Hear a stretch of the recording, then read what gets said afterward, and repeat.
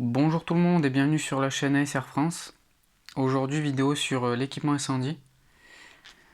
Alors on va commencer par les extincteurs. Donc il y a plusieurs types d'extincteurs. Il y en a à poudre, il y en a eau plus additif. Donc l'idéal pour la base autonome durable, c'est l'extincteur eau plus additif. Parce que l'extincteur à poudre, la poudre est très corrosive et ça risque d'abîmer en fait. Si vous devez vous en servir sur un appareil électroménager ou quelque chose du genre, ça risque d'endommager le système et l'appareil en fait il est foutu. Tandis qu'avec l'eau plus additif, c'est beaucoup moins corrosif et vous perdez pas votre équipement. Ce serait dommage de bousiller une machine ou voilà pour un petit départ de feu. Donc le format que moi j'utilise et qui me semble être bien pour la base autonome durable, c'est le format 6 litres. Donc au moins on a quand même de quoi lutter contre un bon début d'incendie. Donc il y a des lettres sur les extincteurs. Donc celui-ci que j'utilise là, le 6 litres, c'est ABF. Donc c'est pour tout ce qui est sur on peut utiliser sur des prises électriques. Donc si on risque pas de s'électrocuter ou de créer un coupe-circuit, on peut utiliser sur une casserole qui prendrait feu, sur un début de feu de bois, peu importe. C'est le plus polyvalent pour moi. C'est le même qu'il y a dans tous les lieux publics. Dans les lieux publics, vous avez ça, vous avez des hauts plus additifs. À faire attention sur les extincteurs aussi, quelque chose d'important, c'est qu'il y ait la norme soit CE, donc la norme européenne, soit NF, norme française. Donc celui-là, c'est un CE.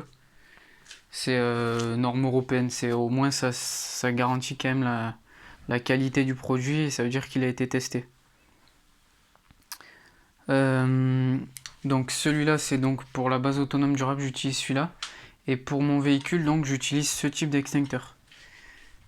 Donc celui-là c'est un 1 kg du coup et c'est un extincteur à poudre. Donc là pour un départ d'incendie sur une voiture, c'est pas très grave de bousiller le moteur, dans tous les cas la voiture elle est foutue en général. Donc celui-là c'est ABC, pareil, c'est tout feu, tout type de feu. Ce qui est bien aussi, c'est d'avoir le manomètre. C'est une jauge en fait qui nous indique la pression à l'intérieur de l'extincteur.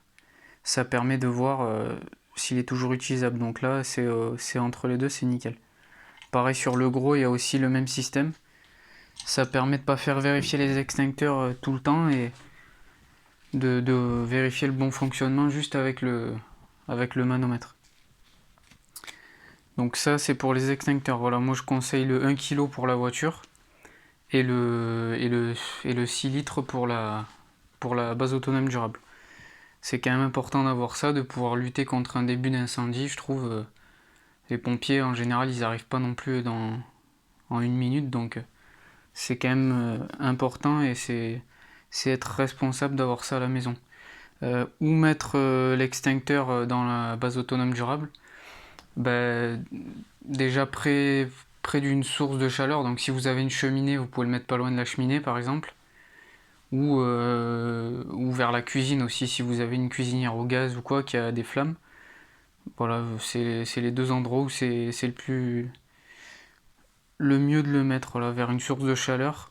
Comme ça, en cas de départ de feu, une petite braise ou quoi qui serait partie de la cheminée, vous avez toujours l'extincteur à portée de main. Voilà pour ça.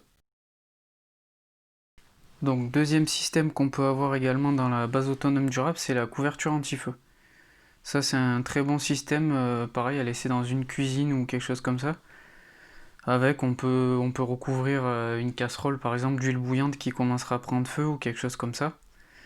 On peut aussi penser à si on a un enfant à bas âge par exemple ou un enfant tout court et qu'on veut évacuer la maison et qui a un incendie au domicile, on peut recouvrir même vous, vous pouvez recouvrir une personne avec la couverture pour éviter de se brûler.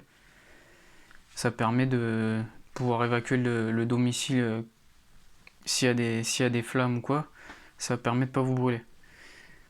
Moi, je les mets à des endroits pareils, dès qu'il y a une source de chaleur, donc près du poêle à bois ou de la cheminée. Et j'en mets dans la cuisine aussi, comme ça permet de pouvoir recouvrir une casserole ou quoi. Moi, j'utilise ce modèle-là. Donc toujours pareil, toujours faire attention aux normes. Donc là, la norme CE, donc toujours qu'il y ait des normes, c'est important ça. Après, ce qui est bien, c'est que là, il y a un cache, moi je l'enlève, je l'accroche au mur. Et vous avez juste à tirer sur les anses et ça sort la couverture, donc vous y avez accès assez rapidement. Les anses, c'est bien aussi pour pas se brûler les mains si vous devez l'utiliser, vous la tenez par les anses, ça permet de pas se brûler les mains. Donc là, vous avez quelque chose pour la fixer. Pour la fixer au mur, franchement c'est bien fait, c'est pratique. Donc ce modèle là, c'est une 1m20 par 1m80 et franchement ça suffit pour recouvrir une personne entière, quoi. C'est des systèmes vraiment pas onéreux et ça peut sauver des vies, donc ça c'est vraiment l'équipement à avoir dans sa base autonome durable. Et dernier équipement qu'on peut avoir au domicile, de toute façon celui-là il est obligatoire normalement. C'est le détecteur de fumée, tout simplement. Ça permet quand même en pleine nuit, s'il y a un début d'incendie que vous n'avez pas remarqué, ça permet d'être averti et d'être prévenu de suite. Donc ça, de toute façon, c'est obligatoire. Donc. Et pareil, toujours regarder les normes dessus, au minimum norme CE ou norme NF. Là, vous avez les deux sur celui-là. Et voilà, ça c'est important, toujours les normes. De toute façon, même si vous n'avez pas les normes sur ce type de matériel, en cas d'incendie, les assurances elles vous couvriront pas. Donc. Et après, pareil, où le placer, si vous avez une maison à étage, c'est bien d'en placer un minimum par étage. Donc au moins un en haut, un en bas, enfin un à chaque étage. Et d'en mettre un dans la cuisine aussi, et pareil à côté de toutes les sources de chaleur qu'il pourrait y avoir. Donc cheminée, poêle à bois, toujours pareil. Et ça peut sauver des vies aussi si vous avez un départ d'incendie dans la nuit que vous n'avez pas entendu. C'est quand même vachement bien d'avoir ce type de matériel. Donc voilà. Tous les matériels que je vous ai présentés, j'essaierai de vous mettre en description, vous pouvez les trouver. Mais c'est vraiment pas très cher comme matériel, donc je trouve ça dommage qu'on n'en parle pas plus que ça, parce que c'est quand même quelque chose d'important.